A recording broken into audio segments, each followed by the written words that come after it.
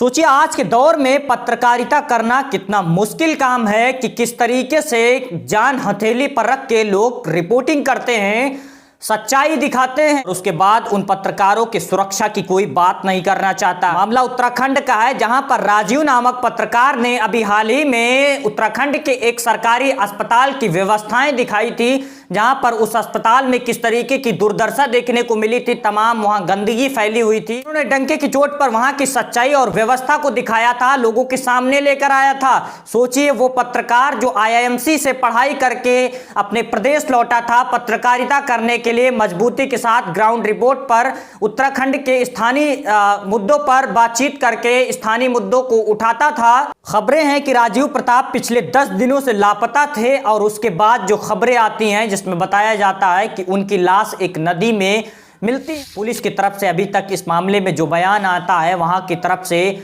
उसमें बताया जा रहा है कि उनको पोस्टमार्टम रिपोर्ट के आधार पर ऐसा बताया जा रहा है कि उनको इसमें चोटें आई हैं। कुछ लोगों की तरफ से कहा जा रहा है कि उनकी कार नदी में मिली है या पलट गई है, इस प्रकार की चीजें सामने आ रही हैं। हालांकि लोगों की तरफ से यह भी आशंका जताई जा रही है कि जब उन्होंने उत्तराखंड के उस सरकारी अस्पताल की व्यवस्था को दिखाया था, सच्चाई सामने लाए थे, तो उसके बाद उनको लगातार जान से मारने की धमकियां मिल रही थी, तमाम तरीके की धमकियां दी जा रही थी, जिसके कुछ ही दिनों बाद खबरें आती हैं कि राजीव प्रताप की मौत हो जाती है। इसको लेकर लोगों की तरफ से इस मामले पर गंभीर सवाल खड़े किए जा रहे हैं कि आज के दौर में इस देश में पत्रकारिता करना कितना मुश्किल है, किस तरीके से लोग अपनी जान को हथेली पर रख के रिपोर्टिंग करते हैं। और देश की एक वो मीडिया है जो इस तरीके के मुद्दों पर बातचीत नहीं करना चाहती। सोचिए एक पत्रकार इस तरीके से उसकी मौत हो जाती है, 10 दिनों से लापता था। इस मामले में इस प्रकार की खबरें आई हैं, लेकिन गोदी मीडिया और नेशनल मीडिया से ये खबरें गायब हैं। कोई इस पर बातचीत नहीं करना चाहता। आखिर आज के दौर में इस देश में पत्रकारों की सुरक्षा की जिम्मेदारी किसकी है?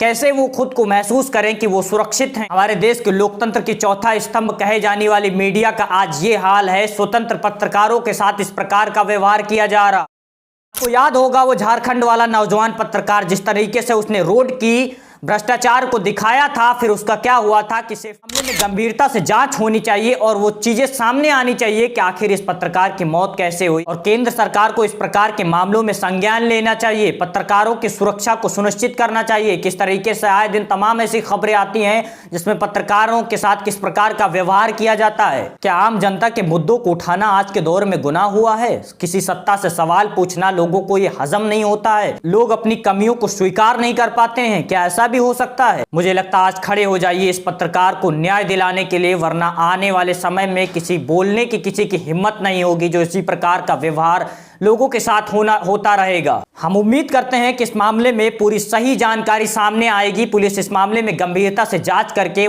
उस सच्चाई को सामने लाए, ताकि आखिर किस प्रकार पत्रकार के साथ व्यवहार किया गया या इसकी मृत्यु कैसे हुई, वो सारी चीजें सामने आनी चाहिए। आज के दौर में स्वतंत्र पत्रकारिता का साथ दीजिए। हम मिलेंगे आपको फिर से कुछ खास खबरों के साथ, तब तक कि आप अपना ख्याल रखिए। जय हिंद, जय भारत।